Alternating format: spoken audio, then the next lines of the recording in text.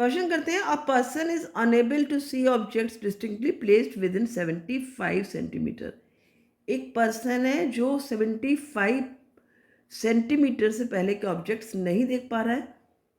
पूछे आपसे, name the defect of the vision of the person is suffering from. कौन सा उसका विजन डिफेक्ट है यहाँ पर। तुम्हें पता है कि तुमने दो तरह के विजन डिफेक्ट पढ़े हैं। एक है मायोपिया, जिसमें हमारा जो है नियर साइटेडनेस उसको कहते हैं, यानी हम पास की चीज़ें देख पाते हैं लेकिन दूर की चीज़ें नहीं देख पाते हैं। दूसरा होता है हमारा हाइपरमेट्रोपिया। ठीक है, हाइपरमेट्रोपिया वो स्थिति होती है जबकि हमारा हम दूर की चीज़ें देख पाते हैं पर पास की चीज़ें नहीं देख पाते हैं।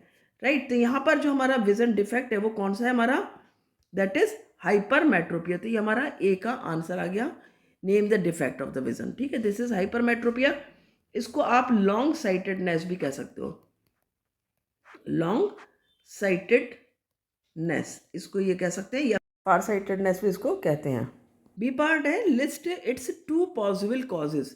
ये देखो तुम्हारे एनसीईआरटी में दो कॉज दिए हुए हैं, वही दो कॉज तुम्हें हमेशा याद रखने और लिख देना है, सिंपल सा है। देखो हमारा जो हाइपरमेट्रोपिया का केस होता है वो कुछ इस तरह का केस होता है कि ये सपोज एक आई है, राइट, और इस आई में जो यहाँ पर लेंस है, यहाँ पर आपका ये लेंस होता है। ठीक है, तो यहाँ पर क्या होता है कि जब हमारी इमेज जो है वो यहाँ पर रेटिना पे बनती है, दिस इज द रेटिना, तब तो हमारा होता है नॉर्मल आई। ठीक है, जब हमारी इमेज जो है, image is formed on retina, image कहाँ पर बन रही है, रेटिना पर। लेकिन जब इमेज रेटिना पर ना बन करके ये पीछे बनती है, बिहाइंड द आई। अब यहाँ पर क्या है, हाइपरमेट्रोपिक केस में हमारी इमेज कहाँ पर बन रही है, बिहाइंड द रेटिना। ठीक है, तो कुछ इस तरह से बनेगी ये, समझ लो जैसे ये यहाँ से रह गई और ये यहाँ पर ना बन करके यहाँ पर बनी, तो कुछ इस तरह से यहाँ पर ये आप देखोगे, तो ये बिहाइंड द रेटिना इमेज बन रही है इस केस में। तो जब इमेज जो है वो बिहाइंड द रेटिना बनती है तब क्या हुआ, आपका केस होता है हाइपरमेट्रोपिया। ठीक है, और तुम्हें ये भी पता होगा कि क्यों हुआ, क्योंकि यहाँ पर दो चीज़ें होती हैं, एक तो या तो लेंस की फोकल लेंथ बढ़ गई है, तो जो पहला कॉज आप लिखोगे वो लिखोगे इंक्रीज इन फोकल लेंथ। ठीक है, पहला कॉज क्या लिखोगे आप, increase in focal length, focal length बढ़ गई है।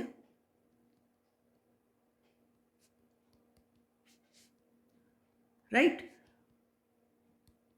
क्योंकि देखो जो हमारा ये लेंस होता है ना, आई लेंस, ये क्रिस्टलाइन लेंस होता है, ये एक सॉफ्ट होता है काफ़ी, और ये हमारा एडजस्ट करता है फोकल लेंथ को। यदि ये देखो, यदि दूर है ऑब्जेक्ट तो कुछ लेंस इस तरह का हो जाएगा, और मीन्स आपकी जो सीलियरी मसल जिससे ये अटैच होता है वो इसको ऊपर की तरफ खींचेंगे इस तरह से ऊपर नीचे, तो ये रिलैक्स पोजीशन में होगा और बढ़ जाएगा इसका, उस समय इसकी फोकल लेंथ बढ़ जाएगी।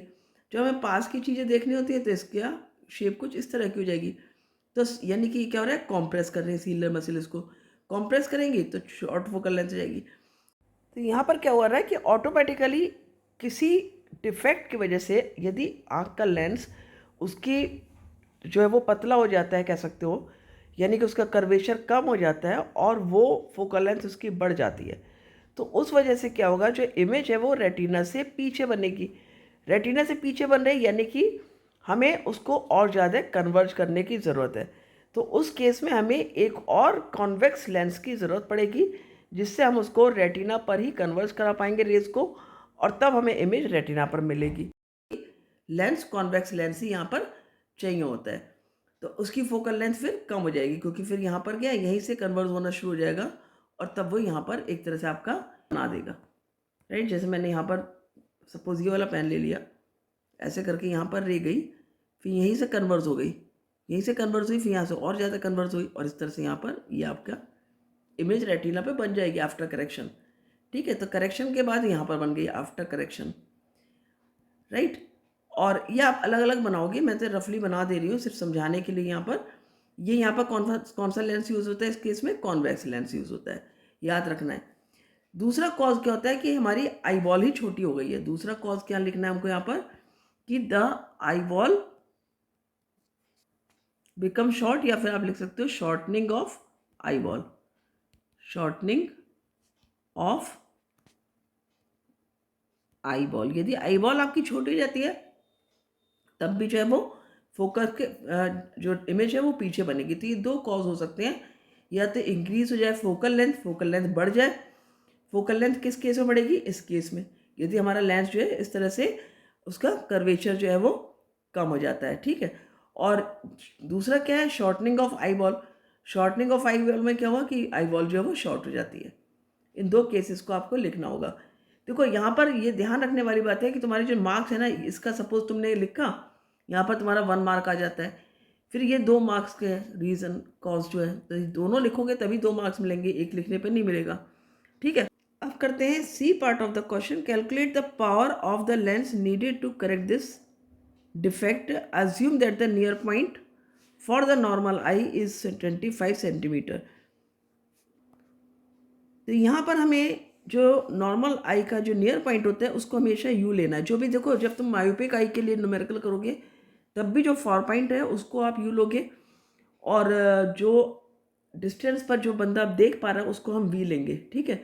उसी तरह से जब हम हाइपरमेट्रोपिक आई के लिए कर रहे हैं तो हम यहाँ पर जो है वो 75 सेंटीमीटर जो दिया है सपोज, ये हम वी लेंगे। और एक और चीज़ याद रखना कि वी और यू तो हमेशा होता ही है नेगेटिव, लेकिन जो आई न्यूमेरिकल्स होते हैं, चाहे वो मायोपिक आई का हो चाहे वो हाइपरमेट्रोपिक आई को, वी आपको नेगेटिव में लेना है। और ये जो 2 मार्क्स है ना, ये 0.5 करके आपके सारे डिवाइडेड है। तो सपोज आपको यहाँ पर वी दिया हुआ है -75 सेंटीमीटर, ये आपका वी हो जाएगा। यू दिया है आपको -25 सेंटीमीटर। एफ आपको फाइंड आउट करना है। तो सबसे पहले आपका हो जाता है फार्मूला। इस फार्मूले के आपको 0.5 मार्क्स मिल गए, ठीक है। अब आप क्या करोगे? यहाँ पर लिखोगे 1/-75 -1/-25। 75 आपने ले लिया एलसीएम, तो -1 आ गया, और प्लस का 25 3 सा होता है तो 3 हो गया। यहाँ पर हो गया आपका 2/75, राइट। तो एफ कितना हो गया आपका? एफ हो गया जो आपका फोकल लेंथ है वो हो जाएगी आपकी 75/2, राइट। अब यहाँ पर 2 3 सा 6 और 2 7 सा 14 और 0.5, यानी कि हमारा जो एफ की वैल्यू आई है वो कितनी आ गई? 37.5 सेंटीमीटर। ये हमारा एफ आ गया यहाँ पर। अब हमें पी निकालना है जो कि हमारी पावर है। तो पावर निकालने के लिए क्या करना है? आपको पी का फॉर्मूला लिखना है। ये यहाँ पर भी आपको 0.5 मार्क्स मिल जाते हैं। पी इक्वल टू होता है 1/f। तो यहाँ पर 1/37.5 लिखा। अब ये सेंटीमीटर में, तो इसको मुझे 100 करके कन्वर्ट करना होगा मीटर में, और यहाँ पर मैंने 10 भी लिख दिया जो डेसिमल हटाया है, राइट। तो 5 से कैंसिल करते हैं। 5 7 सा 5, 5 सा 25, 5 2 सा 10, 0। तो ये हमारा आ गया 200/75। अब आप 75 से 200 को डिवाइड कर लोगे तो आपकी पावर आ जाएगी। तो ये 2 से आ जाएगा आपका 150, 05 डेसिमल लगाया आपने, 0 लगा दिया। फिर 6 जा जाएगा, 6 5 सा 30 और 6 7 सा 42 और 3 45, ठीक है। 0 10 में से 5 के आपका 5 आ गया यहाँ पर, अगेन 0 6। तो ऐसे ये रिपीट होता जाएगा तो हम 2.67 ले लेंगे। की वैल्यू लिखते हैं। पी की वैल्यू हमारी आ जाती है, इसको हमने डिवाइड कर लिया, हमारा 2.6। अब 6 के बाद में 6 अगेन रिपीट हो रहा था, हम इसको 7 कर लिया हमने यहाँ पर, और डायप्टर, और ये किस में आया? हमारा प्लस में। तो यहाँ पर हमारा देखो फार्मूले का भी हमें 0.5 मिल गया था यहाँ पर ऊपर, जो हमने पावर का फार्मूला लिखा है, इसका भी और इधर इसका भी 0.5। तो इस तरह से आपका पूरे 2 मार्क्स आ जाते हैं। कई बार बच्चे क्या करते हैं, छोटी छोटी सी मिस्टेक करते हैं, उनको आता सब है लेकिन नंबर उनके कहाँ जाते हैं। देखो यदि तुमने यहाँ पर सपोज ये फार्मूला नहीं लिखा, आपके 0.5 मार्क्स चले गए यहाँ पर, ठीक है। आपने ये वैल्यू सही से नहीं लिखी, यहाँ 0.5 गए। फिर आपने ये फार्मूला नहीं लिखा, यहाँ 0.5 गए। यहाँ नहीं लिखा तो आपने यहाँ भी 0.5 आपके चले गए। तो इस तरह से आपको मार्क्स की बहुत केयर करनी होगी। 0.5 करके भी आपके मार्क्स, यदि आप इमेजिन करो आपने 6-7 क्वेश्चन में भी आपके 0.5 मार्क्स चले जाते हैं, यानी आपने कितने मार्क्स खो दिए अपने, ठीक है। तो इसलिए एक एक मार्क का, हाफ मार्क का भी बहुत वैल्यू होता है, तो बहुत ध्यान से क्वेश्चंस को करना है। अब इसका और पार्ट करते हैं, राइट। पहले मैं इतना क्लीन कर लेती हूँ। पहला क्वेश्चन हम करते हैं ऑप्शनल पार्ट का। Why is a normal eye not able to see clearly the objects placed closer than 25 centimetre. तुम्हें पता है नियर पॉइंट क्या है हमारा आई का? एक नॉर्मल आई का जो नियर पॉइंट होता है वो होता है आपका 25 सेंटीमीटर। और तुमने पढ़ा है कि हम जो हमारी रेंज है वो क्या है? 25 सेंटीमीटर से इन्फिनिटी तक है। यानी हम इन्फिनिटी तक देख सकते हैं दूर, लेकिन पास हम 25 से पहले नहीं देख सकते। क्यों? क्योंकि हमारी जो आँख है ना, उसकी एक लिमिट है, एक मिनिमम लिमिट है कि वो एक 25 सेंटीमीटर से नीचे जब ऑब्जेक्ट रखा होगा, कम में ऑब्जेक्ट रखा होगा, तो उतना आई लेंस जो है वो हमारा अपनी फोकल लेंथ को उससे ज़्यादा डिक्रीज़ नहीं कर सकता। ठीक है, 25 सेंटीमीटर तक ही वो कर सकने की उसमें क्षमता है, जो अपने आप में बहुत बड़ी है। 25 से सोचो इन्फिनिटी तक हमारी आँख देखने के लिए कैपेबल है। ठीक है, तो यदि 25 से पहले से 25 सेंटीमीटर से पहले आपने ऑब्जेक्ट रखा है तो आपको ब्लर दिखेगा। राइट। कई बार देखा होगा तुमने, बच्चे बहुत पास में अपनी किताब रखकर पढ़ते हैं तो उनकी आइज़ पे स्ट्रेन पड़ता है, उसकी वजह से उनकी आइज़ में प्रॉब्लम होने लगती है। तो इस चीज़ का ध्यान भी रखना चाहिए कि हमें कभी भी इतना पास रख के नहीं पढ़ना है, आँखों पे अननेसेसरी हमें स्ट्रेस नहीं डालना है। ठीक है, तो इसका आंसर कैसे लिखोगे आप? तो यहाँ पर आप आंसर दे सकते हो, the focal length of the eye lens can not be decrease below a certain limit. जैसा हमें पता है कि जो फोकल लेंथ, अच्छा फोकल लेंथ आईलेंड्स की कैसे डिक्रीज करती है? फोकल लेंथ आई लेंस की जब डिक्रीज करती है, यानी कि जो सीलरी मसल्स जिनसे होल्ड है लेंस, वो जो है इसको कॉम्प्रेस करेंगी। तो इनकी भी तो एक कैपेबिलिटी है ना, ये उससे ज़्यादा कॉम्प्रेस नहीं कर सकती हैं। तो इसलिए क्या होगा कि उसकी जो फोकल लेंथ है वो उससे ज़्यादा कम नहीं हो पाएगी कि 25 से नीचे, यानी पहले ऑब्जेक्ट रखा है तो उसको हम देख पाएँ आराम से, या उसकी शार्प इमेज बन पाए। तो अब जब फोकल लेंथ से वहाँ पर नहीं बन पा रही है रेटिना पर इमेज, यानी कि कहाँ बनेगी? पीछे बनेगी। The focal length of the eye lens cannot be decreased below a certain limit, and in that case, a sharp image of object is not obtained on retina but behind the retina. Retina से पीछे बन जाएगी इस case में, और object हमको कैसा दिखेगा? फिर ब्लर दिखेगा। ठीक है, नेक्स्ट क्वेश्चन है, with the help of the diagram show recombination of spectrum of white light. ये देखो बहुत ही इंपॉर्टेंट डायग्राम है। मैं जब भी बच्चों को पढ़ाती हूँ कहती हूँ कि ये बहुत इंपॉर्टेंट है, अक्सर ही पूछा जाता है। अब देखो यहाँ पर होता क्या है कि न्यूटन ने क्या कहा था कि यदि हमें प्रिज्म जो है वो स्प्लिट करता है यदि लाइट को, तो वो कंबाइन भी कर सकता है। तो वही हमको यहाँ पर डायग्राम बनाना है। राइट, तो बी पार्ट का जो हमारा डायग्राम है वो दोनों प्रिज्म दिखाने हैं। तो यहाँ पर देखो, एक प्रिज्म आपको सीधा वाला दिखाना है जो नॉर्मल प्रिज्म रखा है हमने, ये रहा। दूसरा हमें क्या करना है? एक इन्वर्टेड प्रिज्म दिखा देना है, लाइक दिस। अब हमें रे दिखानी है, तो रे हमारी यहाँ से गई। ठीक है, ये हमारा लाइट सोर्स है सपोज, यहाँ से हमारी रे जाती है, और ये रे फिर यहाँ पर आपकी डेविएट हो गई अपने पास से और स्प्लिट हो गई अपने 7 कंपोनेंट कलर में।